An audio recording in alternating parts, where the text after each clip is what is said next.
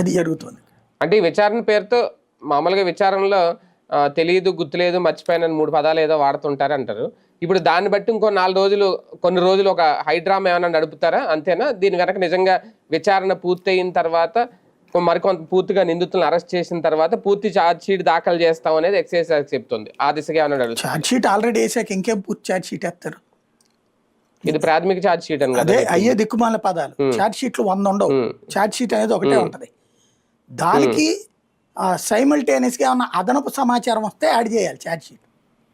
నువ్వు అరెస్ట్ చేసి జైల్లో బెయిల్ వచ్చేయాలి. చెప్తున్నదే మొత్తం 33 మంది, ఇప్పటి వరకు 29 మందిని అదుపులో తీసుకున్నా. మిగిలిన వాళ్ళందరినీ కూడా అరెస్ట్ చేసిన తర్వాత అప్పుడు పూర్తి ఛార్జ్ షీట్ దాఖలు చేస్తామని ఎక్సైజ్. అది డ్రామా, అంత మించేం లేదు. యాజ్ ఫర్ నామ్స్ ఏంటంటే నువ్వు అరెస్ట్ చేసిన తర్వాత మొత్తాన్ని అరెస్ట్ చేసే ఛార్జ్ షీట్ పెట్టాలి. కాకపోతే డిఫాల్ట్ బెయిల్ 90 days లో వచ్చేస్తుంది. కాబట్టి 60 రోజుల్లోపు ఛార్జ్ షీట్ పెట్టాలి. 90 రోజులు లెక్క. 90 రోజుల్లోపు డిఫాల్ట్ బెయిల్ వచ్చేస్తుంది ఛార్జ్ షీట్ పెట్టకపోతే.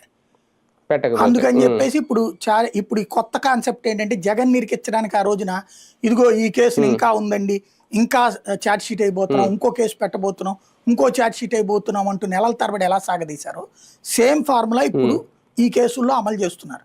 టెక్నికల్ పాయింట్స్ అంటారనమాట. మనకి హైకోర్టులో అయితే ఇట్లాంటి వాటిని కొట్టి అవతల పడేస్తారు. సుప్రీంకోర్టులో, హైకోర్టులో అయితే నువ్వు తీసుకొచ్చుకో తర్వాత ముందు అతనికి